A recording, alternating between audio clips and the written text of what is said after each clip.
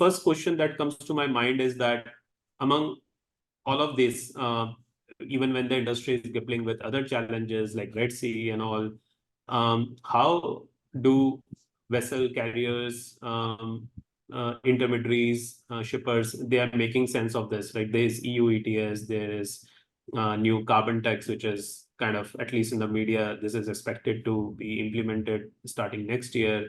So how they are dealing with all of this, how one prepares for these things which are still not certain, but if implemented, could have a very major impact on the shipping as a whole.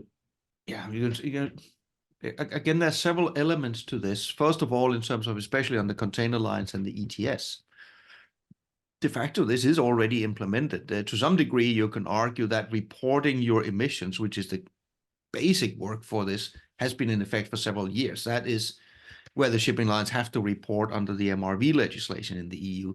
So that has already been in place for years. So the reporting of emissions, that's not a new thing. That's already in place. The shipping lines have then tried to say, fine, what is this going to cost us? They are buying preemptively some of these certificates they have to surrender. And then they're trying to pass this cost on to the shippers. Are they successful in passing it on?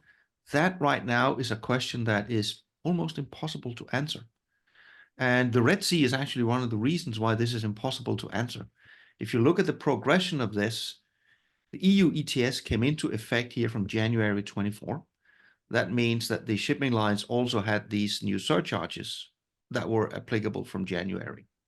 These surcharges, it depends a little bit on carrier, but if you look in, say, Asia, Europe, they were typically between $30 and $70 per container. But at the same time, we had the Red Sea. So we saw spot rates increase by $2,000, $3,000, $4,000, $5,000. So in that context, whatever effect we could see from the carbon taxation has drowned completely in the wave of other events. Incidentally, there's a sense of deja vu. We talked about just before the low sulfur implementation in 2020. Same approach. By late 2019, the carriers introduced low sulfur fuel surcharges. And they were going into effect in early 2020 at exactly the same time that we saw the pandemic come. So again, we saw spot rates escalate by thousands of dollars due to the pandemic, making it almost impossible to see what was actually the effect of some of these surcharges. So whether carriers can effectively pass this through, you can't quite ascertain it from just looking at the rate developments. I'm sure if you ask the container lines, most of them would likely say, yes, absolutely, we're getting these surcharges paid. But at least on the container shipping side, that is relatively meaningless. If it's a weak market, what you typically would see is a customer come to you and say, okay, my freight rate is $2,000. Now you want another $50 for this new surcharge. Sure, I'm going to pay the new surcharge if you give me a $50 discount on the base rate. So in the carrier's financial systems, they can show, yes, the surcharges are getting paid in full, but it's a relatively meaningless statement because the surcharge is not isolated de facto from the base rate. So that's part of how the carriers go about at least implementing it. Seen from a shipper perspective, this is almost impossible to get a handle on. I get that. And realistically, you will never get transparency because from a container shipping perspective, there is a problem. The carbon tax is levied on the vessel. But unlike, for example, in tankers and bulkers, I can have 500 different customers on board that same vessel. So the critical issue on container shipping is, how do I apportion this down to the individual container? And I can do that in many ways. There is not one single correct way of doing it. I could say, fine, the ship has 20,000 slots. I'm just going to divide by 20,000. That'll be one way. The problem here is the ship is not always full. So the cost associated with the empty slots, what do I do with those? I could choose to apportion it to myself as a shipping line and pay it. I could say I'm going to apportion it only on the full containers on the ship. But that brings another question. What do I do on the backhaul where the ship is always just half full? How do I apportion between head haul and backhaul? What do I do with transshipment cargo that's only on the ship for half of the journey? This is not rocket science. I can easily devise it. Well, I should do it this way. But I can also devise it in a different way. and in a third way, and in a fourth way. And that to some degree is also what we're seeing out there. Carriers are choosing different ways to apportion the costs downwards.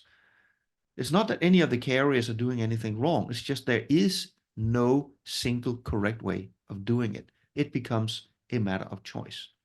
So from a shipper perspective, this just looks like a nightmare. How can I understand this? And that's where, again, it becomes tricky for the carriers to pass through some of these surcharges. But then again, to add yet another perspective into this mess, think back to late 2023, before the Red Sea crisis. Everybody was beginning to wake up to the fact that this is going to cost money. And you also saw a number of headlines also in the shipping press. Oh my God, this is going to be extremely expensive. And you were also beginning to hear ruminations from shippers saying, hang on a second, these surcharges you're coming with, there's no way we can pay them. This becomes far too expensive. We heard the same in 2019 when it came to the low sulfur. And yet, both in 2020 with the pandemic and now with the Red Sea, we have seen price increases of thousands of dollars. I'm not saying that doesn't hurt the shippers, it absolutely does. But it does bring it into perspective that despite these massive increases, both in the pandemic and now after the Red Sea, it's not that global trade has stopped. Yep. Some individual shippers are clearly under pressure, but the majority of the market is handling it. So I'm also just trying to point out that yes, we do have price increases from, in this case, the EU carbon tax, but those increases are relatively minor compared to some of the shocks the industry, time and time again, are apparently perfectly capable of handling.